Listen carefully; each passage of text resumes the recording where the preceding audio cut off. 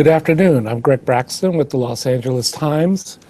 For 8 seasons, millions of viewers were captivated by the drama 24 on Fox, which traced the exploits of super counterterrorism agent Jack Bauer, the man who wouldn't take no for an answer and oftentimes employed brutal means in order to get the answers that he needed from the evildoers who were trying to do America in.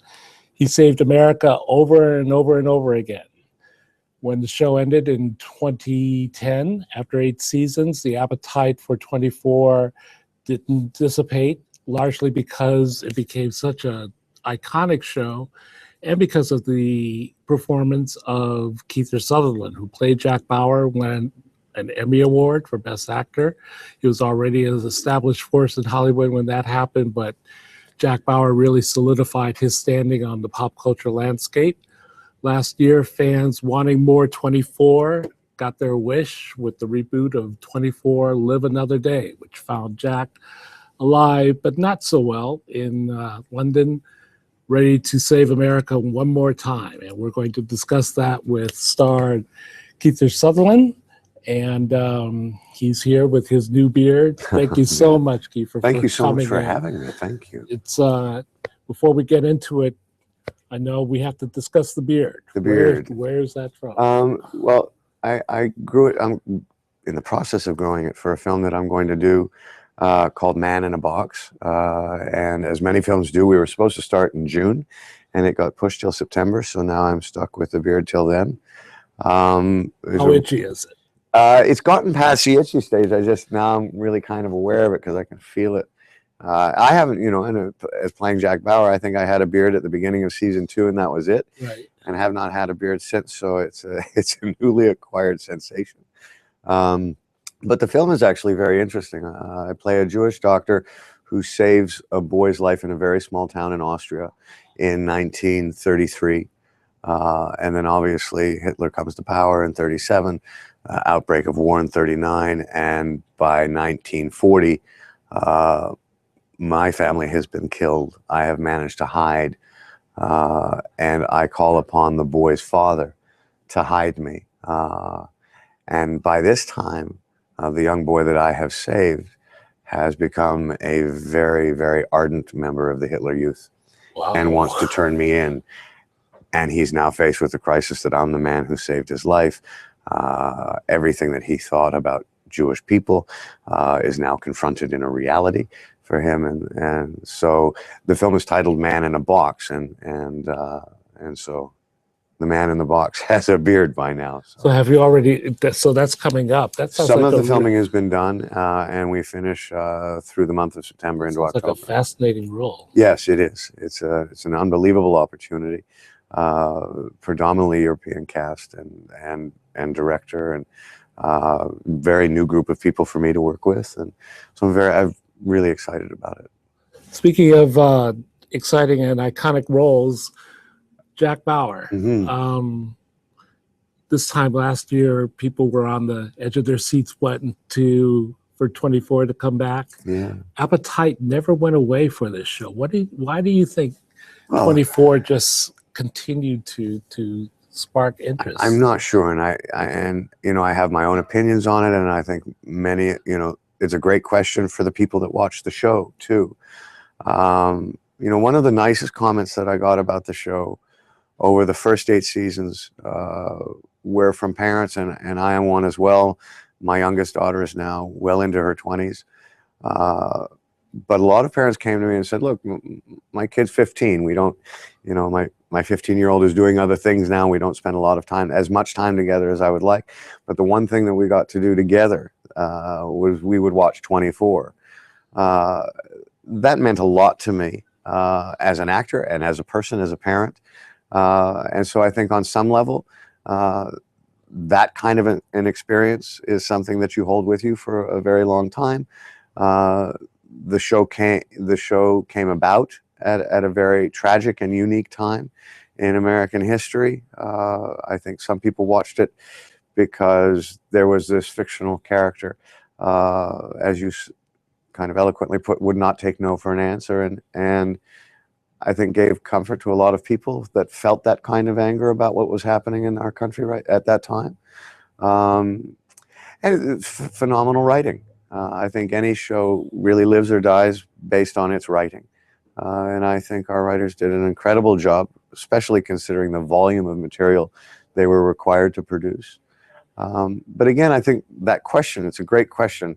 But I think the answers are incredibly diverse, and I think they change from each person who's watched it. When the series ended, I know that there was always sort of this talk in the ether about a 24 movie, but how did you feel about the character at the end of its run? Because I think you may have indicated in interviews that you had enjoyed playing the character, but it was kind of time to move on. I think with television, you have you require a balance and really need to have kind of an objective opinion of how long you're going to take something. The last thing you want to do is have a fantastic 7 years and ruin it with an 8th year, or an 8th year and ruin it with a 9th year. The circumstance of the show is not going to change. It's not going to turn into a musical, and Jack Bauer's not going to have a great day. So there are certain inherent elements of the show that are going to be repetitive, and how long will an audience be able to accept that? And I'm sure that there are people that really like the show through 6 years and then decided they'd had enough. So I was very aware of that, and for me, it felt like it was time to move on and try other things. But then when Howard Gordon, the lead producer on 24 and the head writer, talked to me about doing an abbreviated season, 12 episodes instead of 24, for this past 9th season, I was thrilled about that opportunity. I mean, as an actor, I feel the character changes so many times in such small ways from season to season, that it was always interesting for me to play. The character is a really good friend of mine, so it was a hard thing to let go. So when the opportunity presented itself, I was thrilled to be able to do it. Having said that, I don't think I was ever more scared doing 24 as I was in the 9th season, because we had managed in 8 seasons to leave a legacy of the show that was still positive. And to start a 9th season meant you were potentially jeopardizing that.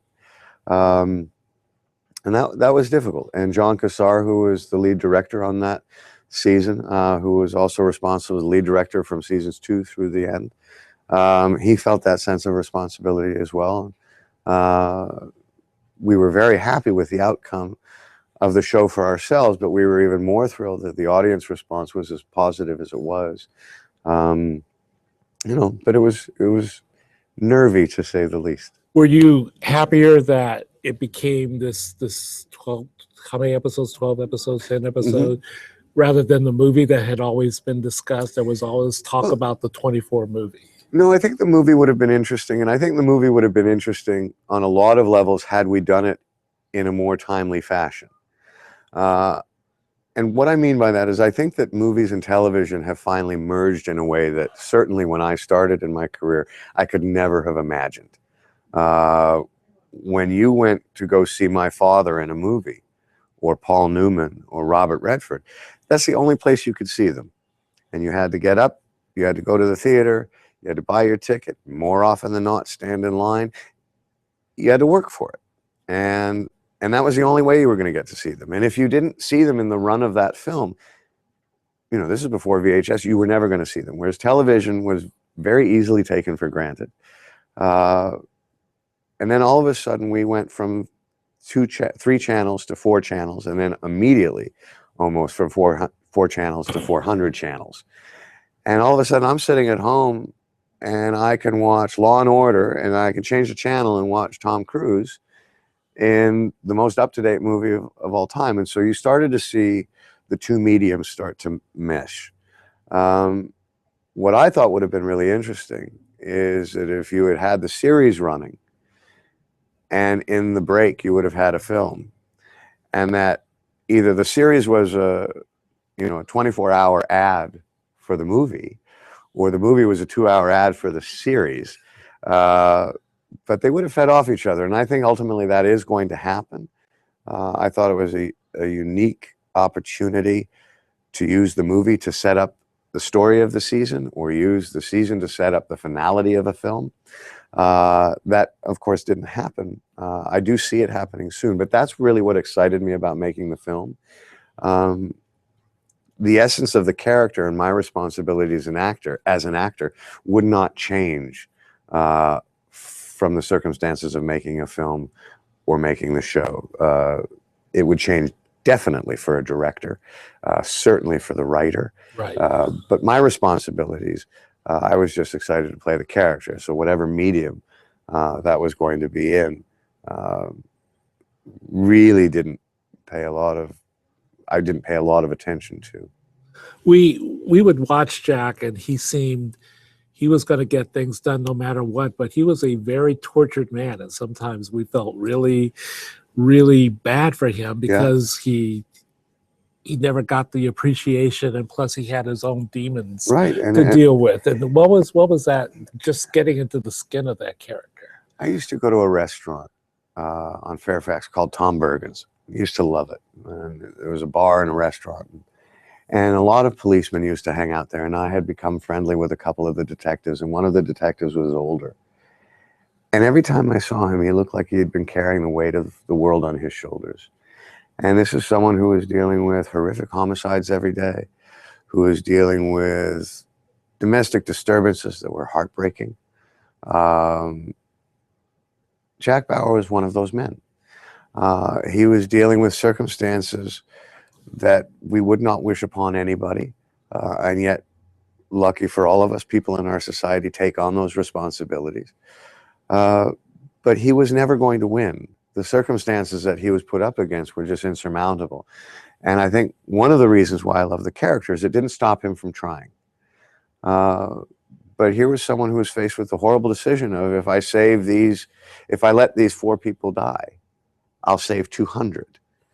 Well, the 200 people that are saved are very grateful for that decision to have been made. The person who's had to make that decision will never overcome that. They will always remember the 5 people that they did not save in order to preserve the lives of the larger number or the greater number. And the whole center of that character is based on that root. And when I started season 9, I went back and I looked at the very beginning of season 1, and he actually was a pretty happy guy. You know, he was a pretty happy guy until they kidnapped his daughter, and his whole life spiraled from there. And which was, again, an extraordinary opportunity as an actor to play. It was also one of the first series I remember where a major character was killed that you never expected. And your wife was, I mean, that was just a twist that no one. Well, there's a very funny story about that. And that idea came from Joel Surnow, who was one of the creators of 24 in the first year, halfway through. It was not something they knew they wanted to do or were even planning on doing until very late in that first season. And I thought they had made the worst mistake of all time. And I called Gail Berman, who was the head of Fox Television at the time, and who is a dear friend. And I said, Gail, I just want to go on record as saying I think that's the worst decision ever, and I don't think you can expect an audience to watch 24 hours of television only to have him fail. And she said, okay, thank you. And I went, well, thank you what? And she went, no, thank you for going on the record for that, but we're going with it. And I was wrong. I was absolutely wrong. I stood there at a television critics dinner where one of the critics stood up and said, you know, I hated you for killing the wife. And part of me was like, see, I told you I was right. And he said, and then about 2 days later, I thought it was the most brilliant thing I'd ever seen on television. And thank you for catching me off guard. And then I knew I was wrong. And, you know, and I think that's one of the things, and I really do credit the writers for that, is the show set a pattern for itself that if you thought something was going to happen, more than likely, we were going to try and make you wrong. How physically challenging was it for you to constantly be? Not as much when I started as it was when I finished. Yeah, I bet. I was like, one of the jokes is like, soon Jack Bauer is going to just have to be in a chair and direct everything from there because he can't walk anymore. In the first few years, it was fantastic. I mean, I run a lot. I used to be a track athlete. And I used to kind of like outrunning our camera crew and stuff like that in some of the shots. By about the 4th or 5th season, I started to slow down a bit. By the 7th or the 8th season, it was a lot of Advil. And you can work out as much as you want, but joints stiffen and cartilage starts to go away. And, you know, so it gets harder and harder every year. Yeah. But I have to say, in the beginning, it was one of my favorite aspects of making the show. And again, to our crew, we had some of the most physical camera departments you've ever seen. And so much of our show is handheld. So if I'm running full tilt forward, you got to remember there's a guy running really fast backwards. Yeah. And he got hurt a bunch of times. Both of them did, actually. But there was something that we really enjoyed about it, the physicality of the show. Oh, how great. Yeah, no. If you have questions, please tweet us at hashtag LA Times. And I already have a few questions here from viewers. Great. Have you ever considered, you never directed an episode of 24? No, I have not. Did you ever think about that? Because you have directed film, you've done. No, it's the scheduling would have been impossible. The way we worked, which was actually very unique, was we would have one director direct 2 episodes. And while they're directing those 2 episodes, another director would be prepping the next 2. And because we didn't want a lot of directors, we would use 3 directors and they would rotate like that. Mm-hmm. It would have been impossible to properly have prepped a show while filming it. So it was really never an option. Having said that, had and really 3 or 4 of the directors, you know, Brad Turner Milan, John Cassar, obviously Stephen Hopkins, who shepherded the first season, had great communication with them. I think we all very clearly knew what we wanted to do, and Stephen Hopkins really did form the show in that first year, and it was really we wanted to stay true to that. But no, it was never really an option. But having said that, given the length of production time and everything else, my ability as an actor to have an open dialogue with the writers, if there was something that didn't make sense to me, or that sometimes they would want to clarify something, that always went really well. And then the directors and I worked together for so long, we had a shorthand that was quite remarkable. But no, it had, and I don't think I would have wanted to. I think jokingly, we were talking earlier about that.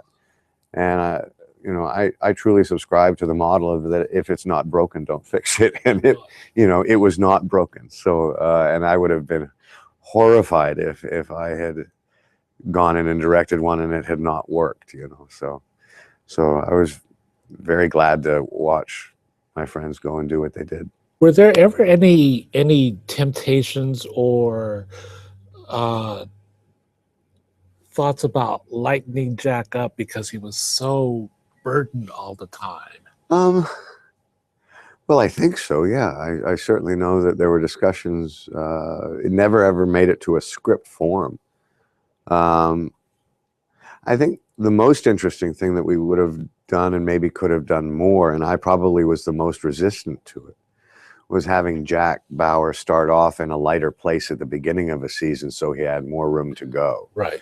But given everything that he dealt with, and that these circumstances all took place in a day, you know, the beginning of season 2, he had to start off in a very dark place. He had just lost his wife. Right. So because of the serialized nature of the show, it was very hard to have him kind of all happy and cuddly. Right. I think the closest we got was season 5, where he had fallen in love with Kim Raver's character. Right. And there was real hope for a future. Right. And things had calmed down. But he had to always carry the burden of the prior seasons. Right. Otherwise, I just think the continuity would have felt false. Someone wants to know, Kate wants to know, are there any parts of Jack Bauer's personality that you particularly relate to? That I relate to? Well, I relate to all of it. You know, the positive aspects of his character and the negative aspects of his character. Relate to, it's hard to be specific. But I'll tell you the thing that I admired most, and this was the real joy of playing the character, is because as an actor, you get to implement certain aspects of a character that maybe you would like to aspire to, that you might not actually be. And it's not that I don't have integrity, but there was an integrity to this character that literally he would have rather had died than not gone through with what he felt he needed to do. You know, like the bravest firefighter that doesn't hesitate running into the building, or those heartbreaking photos of the firemen climbing those stairs in the towers that day. Jack Bauer was one of those guys. I have been lucky enough never to have been in that situation in my life, and I will always question whether or not I had the courage to be one of those guys or not. But Jack Bauer certainly was, and so it was wonderful to play a character and want to aspire to be that kind of a person. Of course, Jack Bauer was one of your main characters in a career that has been varied and vast. And somebody wants to know, of all the films that you've starred in, which film are you most proud of? It's complicated because I'm proud of a few films. I had a wonderful time working and I was very proud of the movie Melancholia. I was very proud of a film called Flatliners when it came out. It was very different than I had expected and what I had read. Lars von Trier I got to make Melancholia with. That was an amazing experience. I'm very proud of that film. I love the way that film came out. You know, it's such a group effort, filmmaking, and especially from an actor's perspective, because they really have very little control. They don't get to edit the film. They're not in charge of the way it's shot. They don't get to choose the music.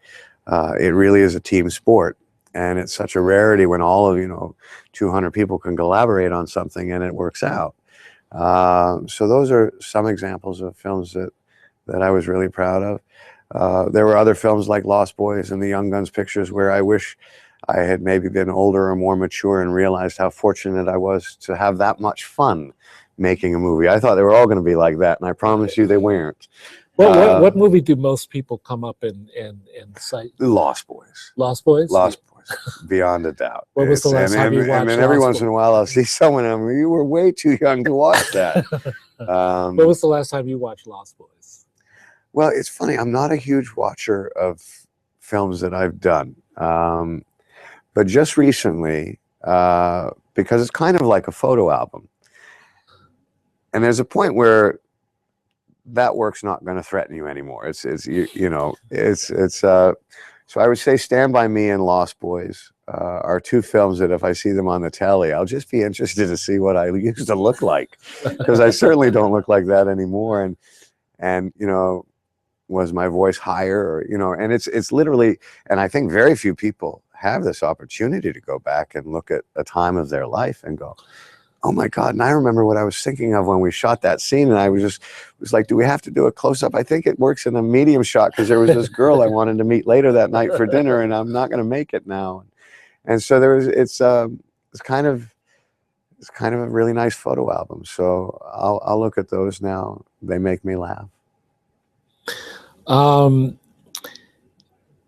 If you could write, well, when we last saw Jack, I can write. I'll finish. When we last saw Jack, he was going off to China, a nice, unpleasant place. Someone wants to know, if you could write the ending to Jack's story, how would you end it? Well, first of all, that's a great question. And there were three versions.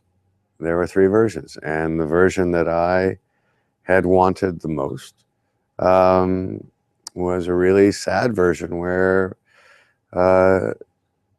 Jack Bauer and Chloe didn't make it out, and they died together, kind of very slowly, and finally holding hands, and that was that, you know. And I felt, given the tone of the show, that that would have been really interesting. There was another very well-made argument for why can't it be happy? Why can't it end with his family back in the States? And so we settled on a prison camp in China. You know,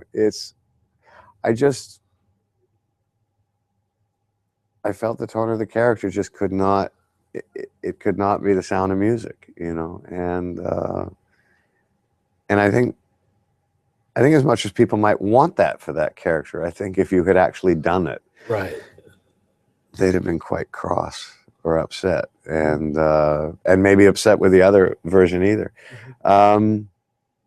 You know, I think the hardest thing is, deep in my hearts of hearts, you know, I never really wanted it to end, so it's always difficult to kind of shape that. And so I think I'm quite happy with the end result, that he's alive somewhere and I get to hold on to that, and you never know what'll happen. So speaking of that, there's talk is all around again about bringing 24 back. And well, I think they will. And again, you have to understand, and I've said it from the very beginning, I think the idea is extraordinary.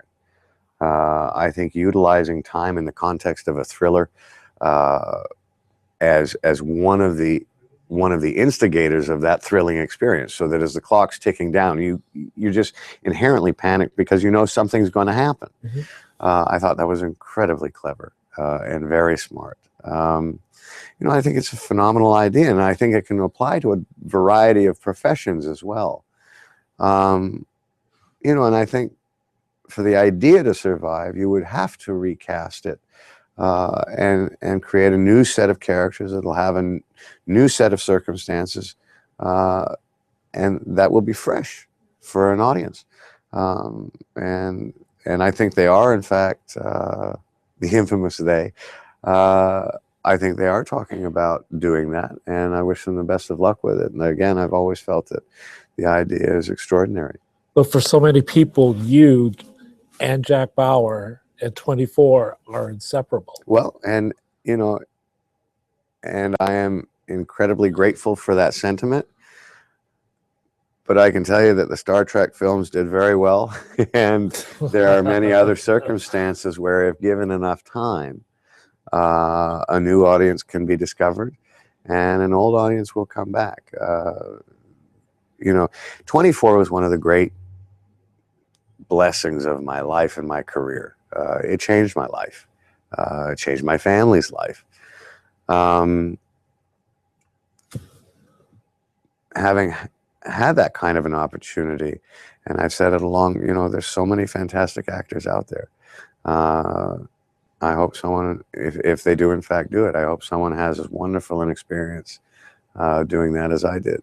And what do you think the legacy of this character is, having a character like Jack Bauer on the pop culture landscape? Well, you know, I think in reality it's a television show. I think there were different times where,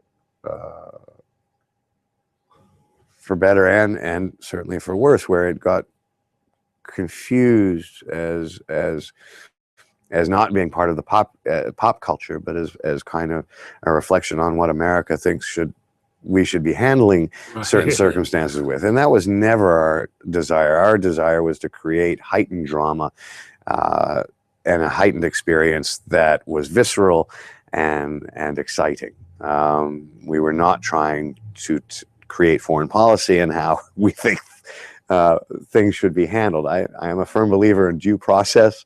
I do not believe that people should have their knees shot out in an interview. But it's great television, you know, so I hope that one day it is viewed for that. Right. Yeah. Well, thank you so much. Oh my gosh, absolute pleasure. Great. And for this and other Emmy chats, please go to latimes.com/television. And thank you to Kiefer Sutherland for this. Thank you. Great. Thank you so much. Thanks. Real pleasure.